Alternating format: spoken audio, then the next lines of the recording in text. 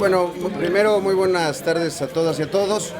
La razón de esta convocatoria es que se nos anunció ahora que, al parecer, de la misma manera como en este momento se está discutiendo la ley de transición energética y se obvió la segunda lectura, lo mismo podría ocurrir con las reformas que se le hicieron a la Ley General de Telecomunicaciones y de Radiodifusión.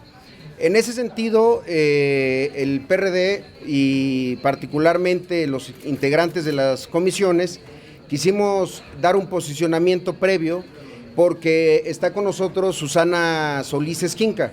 A Susana Solís muchos de ustedes la conocen, es la presidenta de la Asociación de la Red Nacional de Televisiones Públicas, Culturales, Educativas y Sociales, ¿es correcto? Y en ese sentido hablamos con ellos respecto en particular al primer párrafo que nosotros propusimos ayer de modificación, el párrafo que tiene que ver con que la solución para las televisiones públicas, sociales, educativas y también las indígenas, que no se les mencionaba en la iniciativa del senador Gil Suart, no fuera nada más permitirles la suspensión temporal de sus transmisiones. Por una razón, suspender temporalmente las transmisiones de estas televisoras públicas, pues es casi matarlas, es que pierdan audiencia, pierden adicionalmente las audiencias y a todos los equipos que van desde camarógrafos, productores, operadores, maquillistas, etcétera, etcétera, todo lo que se necesita para generar contenidos de televisión, pues hubieran estado en la calle mientras hacían la transición las televisiones públicas. ¿Qué logramos? Que la solución no fuera esa nada más, que se pudiera ir a la suspensión temporal, pero también que se pudiera optar por ir a la baja potencia y desde ahí seguir transmitiendo su señal mientras hacen la transición a digital, siempre y cuando esto no supere la fecha del 31 de diciembre de 2016. Platicamos con la presidenta de la red y la red, pues este es un punto que ve con agrado y está de acuerdo, toda vez que la otra solución, la solución de Gil, era irse a negros y perder totalmente la señal en esas poblaciones a las cuales llega la televisión pública, muchas veces de manera exclusiva, porque la televisión privada no alcanza a llegar. En ese sentido es un pronunciamiento que la red nos pidió hacer y bueno, está aquí Susana también para poder declarar algo al respecto. Bueno, muy buenas. ¿Va a favorecer esta iniciativa? Bueno, muy buenas tardes a todas y a todos. Nosotros saludamos esta propuesta de todas las fracciones parlamentarias, fundamentalmente de la Comisión de Radio, y Televisión y Cinematografía que encabeza el senador Zoé Robledo, que desde un inicio ha dado acompañamiento, apoyo y solidaridad a toda la problemática de los medios públicos. Quiero comentarles que esta propuesta nos beneficia porque nos va a permitir transitar con mayor certidumbre a la televisión digital terrestre. Actualmente tenemos 11 medios, somos en total 40 televisoras, 11 de ellas ya están totalmente digitalizadas, ya finalizaron, y 29 de ellas estamos en proceso. En este proceso hay varias etapas, unos están licitando, otros están en proceso de compra, pero lamentablemente se nos avecina este periodo de diciembre que muchas fábricas, como ustedes saben, todo el equipamiento viene del extranjero, no llegarían a tiempo para cumplir con el apagón en el 2015. Otros están todavía en el proceso de la obtención de recursos. Quiero comentarles que, por ejemplo, este año, hubieron elecciones en 9 estados del país y eso afectó esta transición. Gobiernos que no invirtieron pasados y estos nuevos que apenas están agarrando la administración.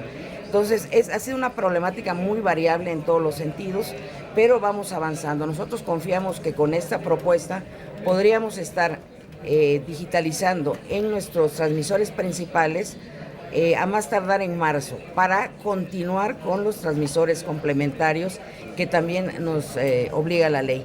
Quiere decir que todo este 2006 respiramos un poco más tranquilas las televisoras públicas y estamos preparándonos para la digitalización y para ofrecer mejores contenidos y, por supuesto, todo esto en defensa de las audiencias. ¿Considera entonces que sí sería suficiente este receso, digamos, este año que les van a dar?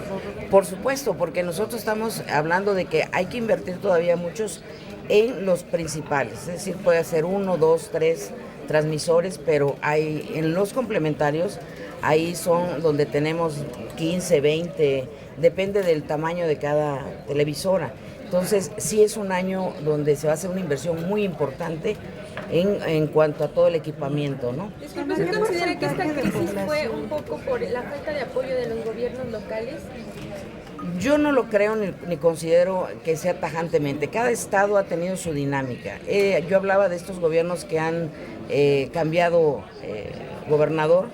Hay otros que el problema ha sido el recurso fundamentalmente. No es una transición económica, para ponerles un ejemplo, son 30 años de equipamiento que hay que cambiarlo de tajo en 2 años. Fue del 13 al 15. Es decir, los estados que quiero referirme a uno, el Estado de México, que está ya finalizado, ha tenido 8 años invirtiendo en toda su digitalización. Es decir, por el mismo tamaño de cada televisora, es el tamaño del esfuerzo económico que tiene que hacer cada estado. Está en proceso, los gobiernos estatales están invirtiendo, pero todo tiene que ver también con la burocracia administrativa y tiene que ver con la fluidez de los recursos y tiene que ver también con la agilidad con que los proveedores te pueden mandar el equipamiento, ¿no? Yo creo que es muy particular. ¿De qué cantidad de población? ¿Cuánto cuesta equipar una estación? A ver, si quieren, ¿cuál es el costo? ¿Perdón? Que le conteste allá a la compañera. A ver. Muchas gracias. El costo. ¿Cuál es el costo para una estación? ¿Qué inversión se necesita? Mira, es muy variable. Unos pueden ser de 50 millones, otros pueden ser de 200, 250 millones. Depende del tamaño. En términos generales, nosotros calculábamos una inversión por todas estas televisoras de 1.700 millones de pesos, que era lo que estuvimos pidiendo nosotros a la Cámara de Diputados. Lamentablemente no fue favorable la resolución, pero es prácticamente lo que se tendrá que invertir todos en conjunto al 2016, ¿no? El 31 de diciembre. Susana, ¿qué cantidad de población, de comunidades, rancherías, pueblos, toda la gente de las zonas serranas se podría quedar sin televisión de no dar esa prórroga? Bueno, estamos hablando, hay sistemas estatales que tienen una mayor cobertura, justamente porque llegan a esos, como la misión es social, llegan a lugares muy recónditos. Entonces, estamos hablando, en términos generales, teníamos una cobertura de 45-50% de la población. Esa sería la que, en caso de haber el apagón, no haber hecho este dictamen y ahora nosotros confiamos en que pueda pasar y ya quede resuelto, pues sería la que se tendría que quedar sin ver su televisión, en detrimento de las audiencias. ¿A cuánto asciende este 50% de la población? Pues estamos hablando, si estamos en 28 estados, estamos hablando de 30, 40 millones, yo creo, de mexicanos aproximadamente. Es decir, que no cunda el pánico, seguirán viendo su televisión.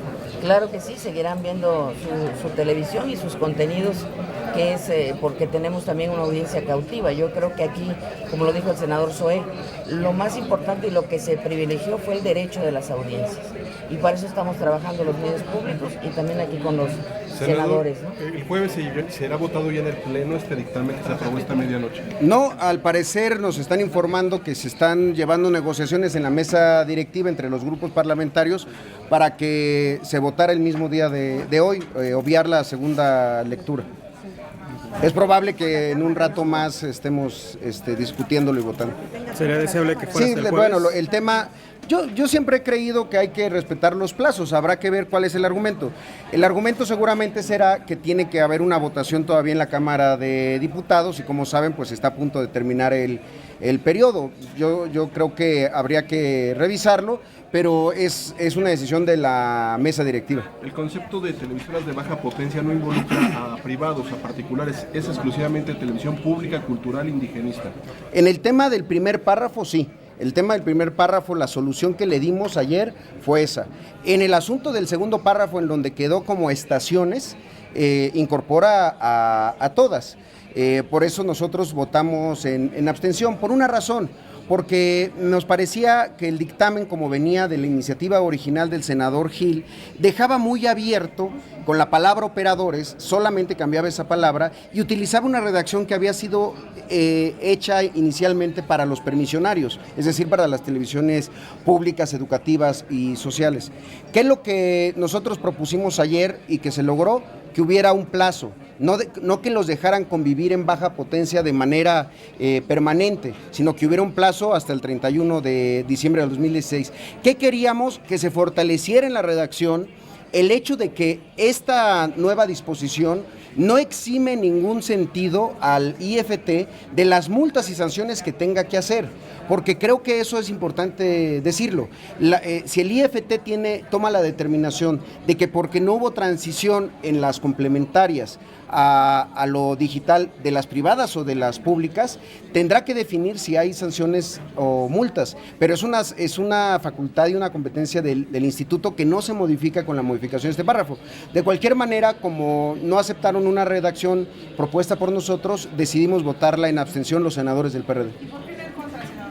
Bueno, porque habíamos entrado en una discusión respecto al primer párrafo, que era justamente para salvar a las públicas. Reitero, hay que recordar que el dictamen original de la iniciativa de Gil lo que planteaba para las públicas como salida no era bajarles la potencia, era suspender temporalmente sus transmisiones. Entonces, nuestra negociación fue que incorporaran ese párrafo con nuestra propia redacción y que se incorporara la fecha fundamental. Se estaba generando un ecosistema en el cual en baja potencia iban a poder convivir las complementarias privadas con la televisión digital, pues quizá de manera permanente o por muchos años, como ha ocurrido en algunos países. Pongo el caso de Estados Unidos, donde sigue habiendo transmisiones análogas en baja potencia. Bueno, nosotros estamos convencidos del apagón, pues había que ponerle una fecha, no dejarlo sin fecha.